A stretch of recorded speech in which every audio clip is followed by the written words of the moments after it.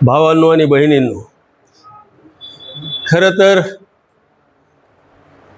नानासाहेबांनी बोलावा असा आग्रह मी धरला.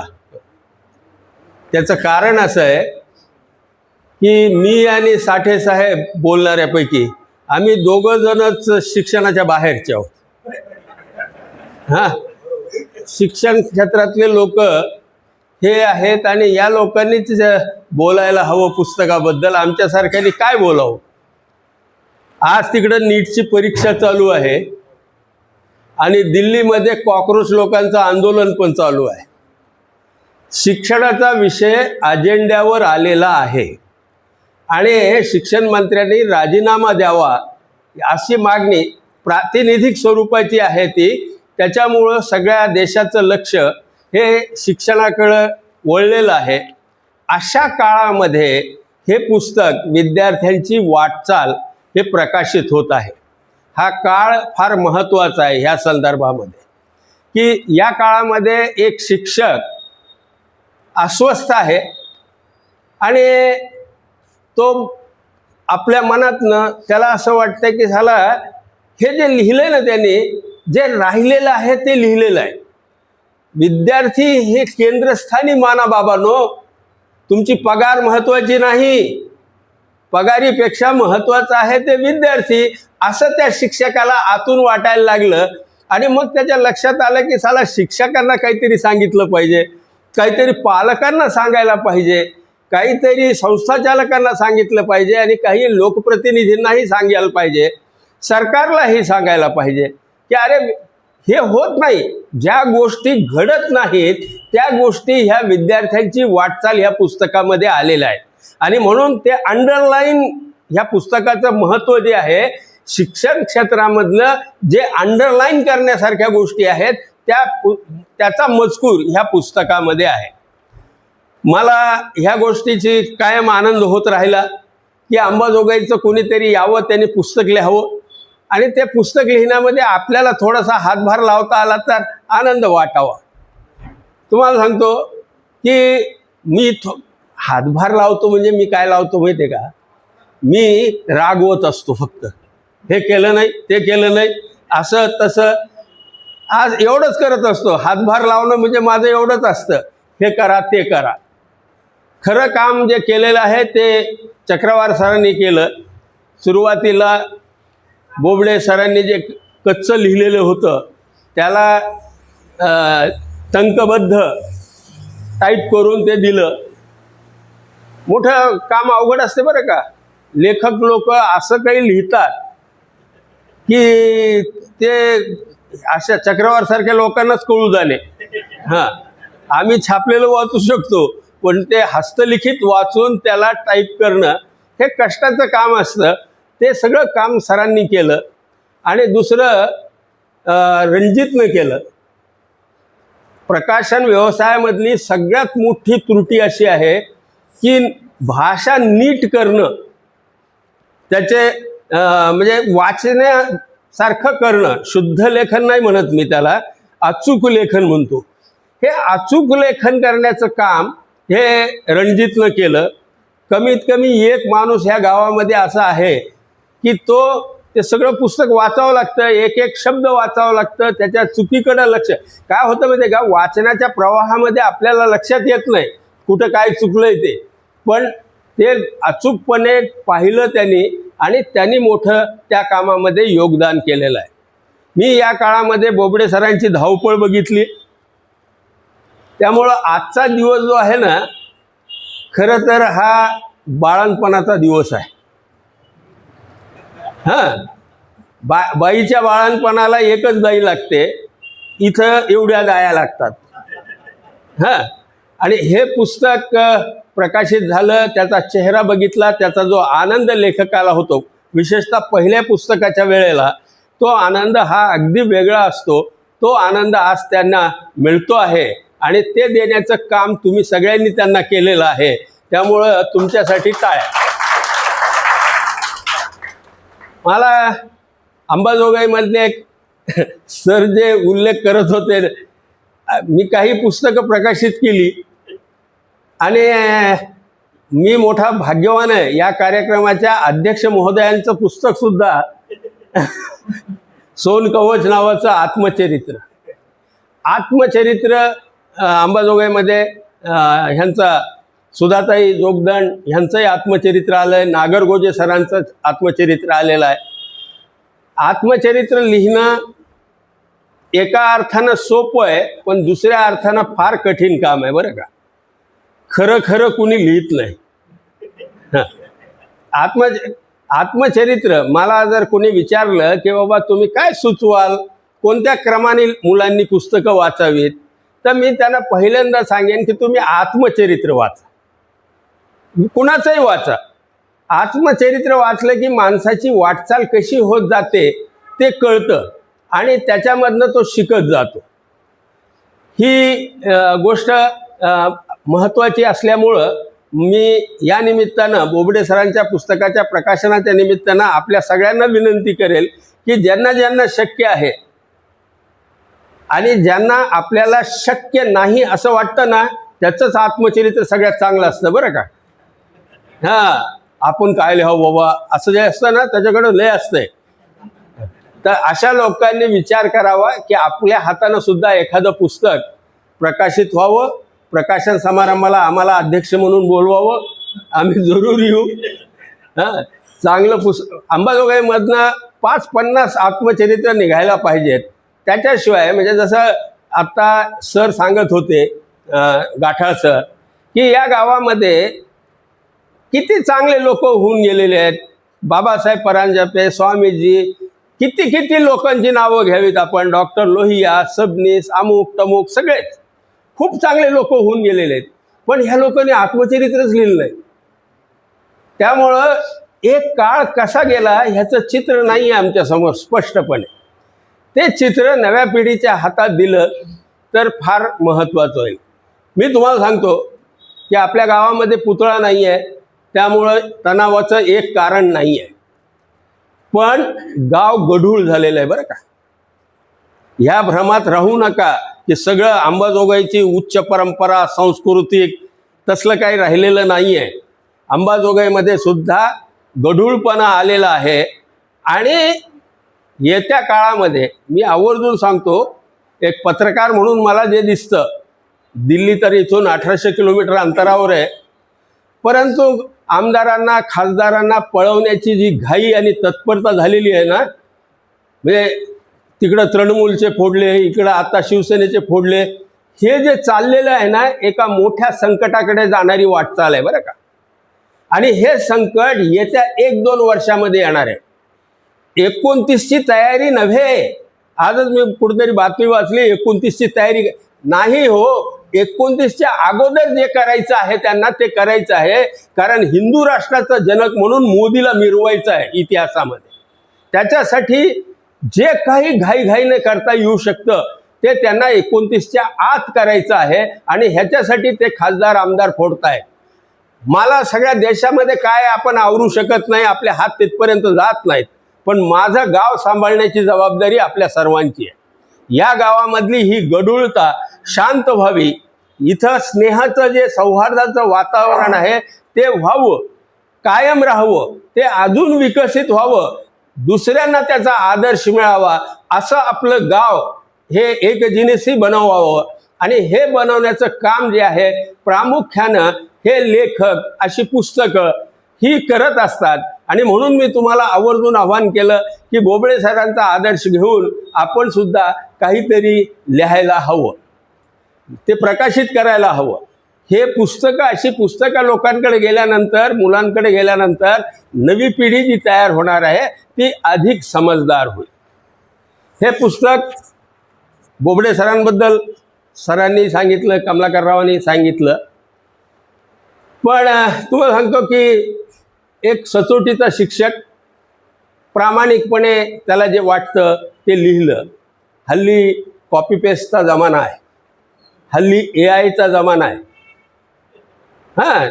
म्हणजे AI वर तुम्ही जर असं लिहिलं की मला बोबडे सरांच्या अमुक पुस्तकाच्या प्रकाशनाला जायचं आहे, त्याचं भाषण, अर्ध्या तासाचं भाषण लिहून दे, ते AI लगेच लिहून देते. फक्त ते शीर्षकामध्ये विद्यार्थ्यांची वाटचाल आहे ना, ह्याच्यावर शिक्षणावर बोलावं लागणार आहे. ते पूर्ण भाषण तुम्हाला टाईप करून देते, अशी सोय झालेली आहे. हे पुस्तक तसं कॉपी पेस्ट नाही, ह्याच्यामध्ये त्यांच्या अनुभवाचे सार आहेत. ते अनुभव म्हणून लिहिलेले नाहीत, त्यांनी त्याचा सार म्हणून लिहिलेले आहेत. म्हणून ते पुस्तक वाचनीय झालेलं आहे. आणि त्यांनी स्वतः PhD केलेली आहे. PhD ही इमानदारीनं केलेली आहे. हल्ली PhD आणि तुमच्या शिक्षणात तर फार बोंब आहे त्याची. सगळेच जण कसे डॉक्टरेट होतात, पण ह्याने त्याच्यासाठी जे कष्ट घेतलेले आहेत ते वाखाणण्याजोगे आहेत. कारण मी त्याही काळाचा साक्षीदार आहे त्यांच्याशी.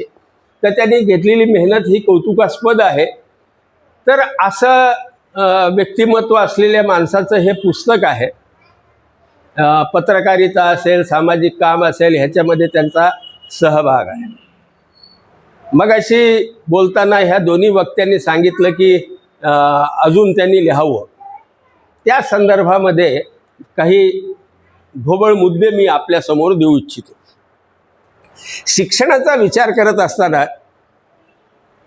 मी असा विचार करतो की सगळे लोक एकाच वेळेला एकाच पद्धतीनं शिकू शकतात. फ्रान्समध्ये ह्याच्यावर अभ्यास झाला आणि फ्रान्समध्ये असं लक्षात आलं की अरे नाही, प्रत्येक व्यक्ती वेगळाच आहे. म्हणजे निसर्गाची सगळ्यात मोठा चमत्कार हा आहे बरं का. आपण सगळे माणसं आहोत, परंतु आपण युनिक आहोत. प्रत्येक जण युनिक आहे. तर प्रत्येकाचं आकलन, प्रत्येकाचं अंडरस्टँडिंग, प्रत्येकाच्या बॅकग्राऊंड्स ह्या वेगळ्या असतात आणि म्हणून प्रत्येक विद्यार्थी वेगळा. वर्ग पद्धत जी आली शिक्षणातली, वर्गात शिकवायचं, ही पद्धत ही औद्योगिक क्रांतीच्या नंतर आलेली पद्धत आहे. औद्योगिक क्रांतीच्या नंतर काय झालं, कारखाने सुरू झाले. कारखान्यात सगळे कामगार एकत्र यायला लागले. टोल वाजला की मधली सुट्टी, त्यावेळेला तुम्ही डबा खायचा आणि नंतर टोल वाजला की पुन्हा कामावर रुजू. हीच पद्धत आपण वापरली. हे सगळ्यांनी एकाच पद्धतीनं शिकलं पाहिजे. हे आज त्या काळामध्ये कदाचित ते रास्त असेल कारण ते नवं होतं, पण आजच्या काळामध्ये ह्याचा विचार करावा लागणार आहे. वर्ग पद्धतीनं अनेक मुलांचं आकलन मागं पडतं. इंडिव्हिज्युअल जर शिकवलं तर ते अधिक चांगलं होतं. फ्रान्सनं ह्याच्यासाठी कॉम्प्युटर्सचा वापर केला आणि आता ते 1 to 1 प्रत्येक मुलाला असं वाटतं की आपणच शिकतो आहोत. आणि त्या मुलाची जी आकलन आहे, म्हणजे मॅथमॅटिक्स, एकाला असं आता सॉकर चालू आहे सध्या जागतिक, पण त्याच्यामध्ये एक प्रकारची भूमिती असते. तो बॉल कोणत्या रेषेमध्ये जाणार आहे, कोणत्या अँगलनं जाणार आहे, सॉकर खेळत खेळत त्याला ते मॅथमॅटिक्स ते शिकवत आहेत किंवा आणखीन वेगवेगळ्या पद्धतीचे प्रयोग ते करता आहेत. मला वाटतं की त्याचाही विचार करा.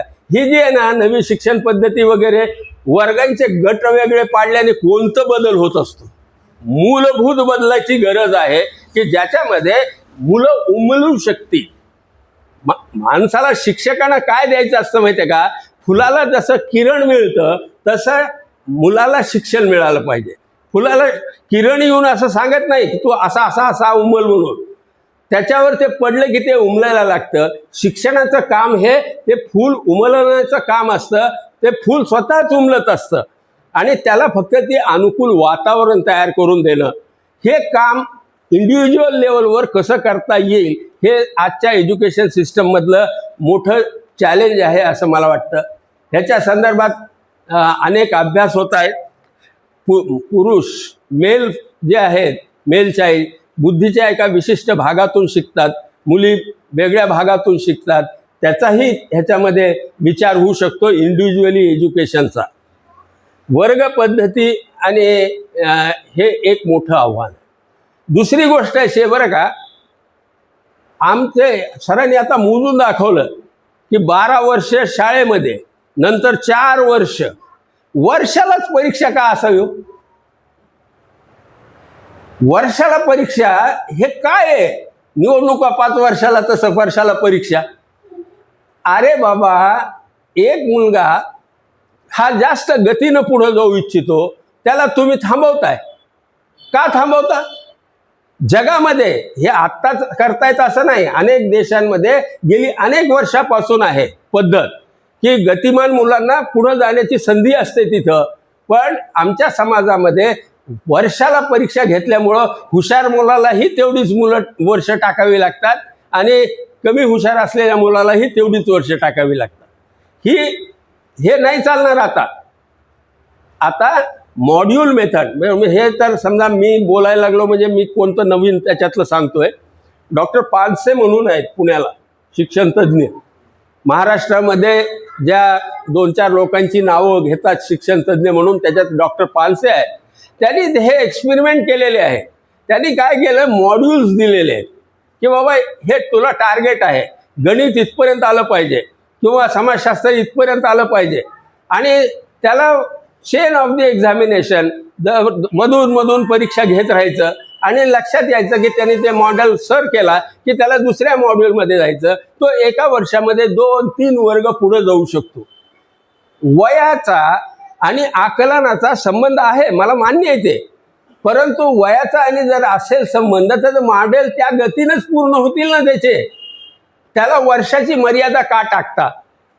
हे काही प्रश्न आहेत. त्याच्यापेक्षा आणखीन बरेच प्रश्न असतील, परंतु हा विषय आता नाही, पुढच्या पुस्तकाचा विषय हा आहे तुमच्या, की आता शिक्षणामध्ये मूलभूत स्वरूपाचे बदल काय माहिती आहे का, लोक आहे ना लय वर विचार करतात बरं का.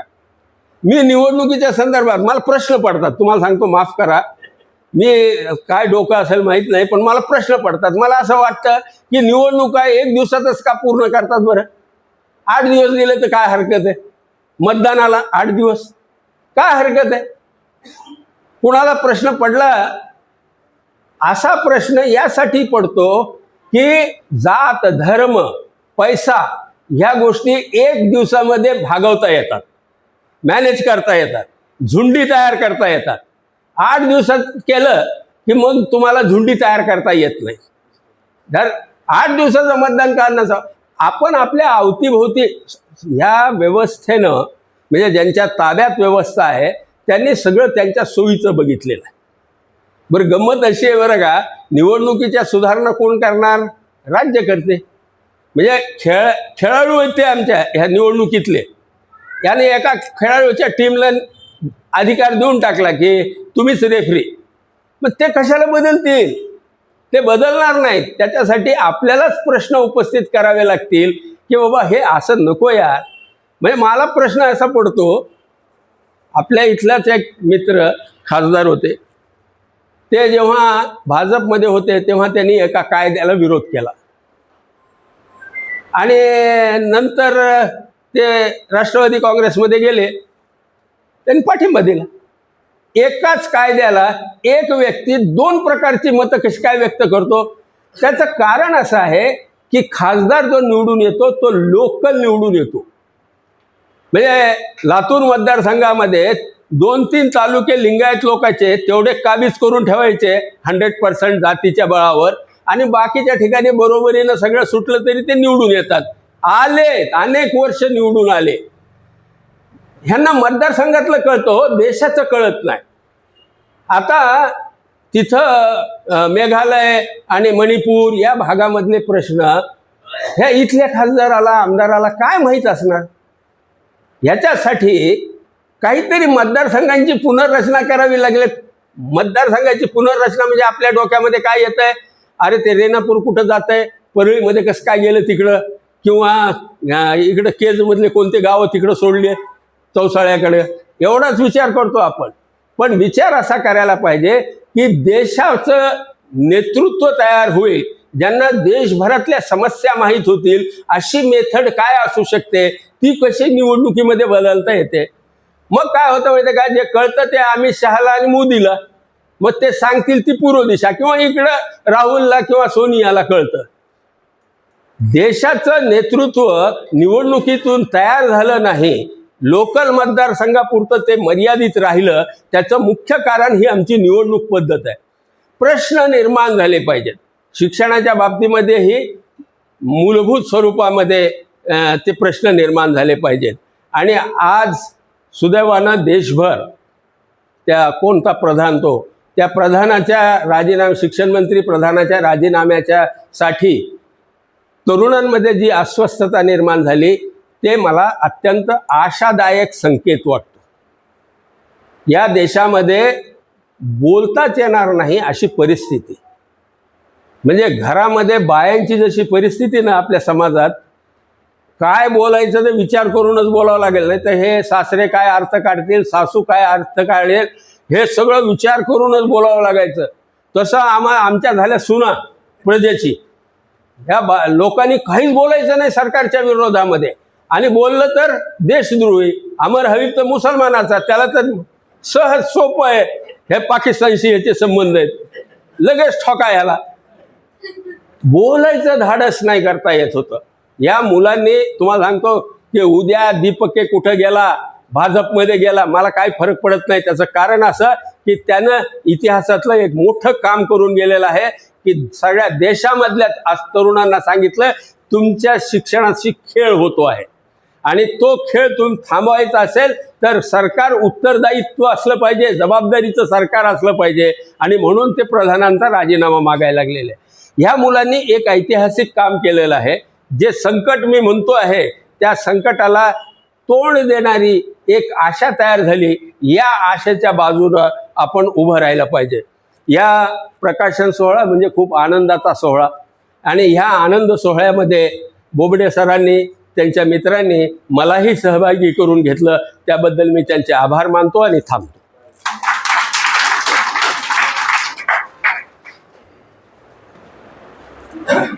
क्या बात है.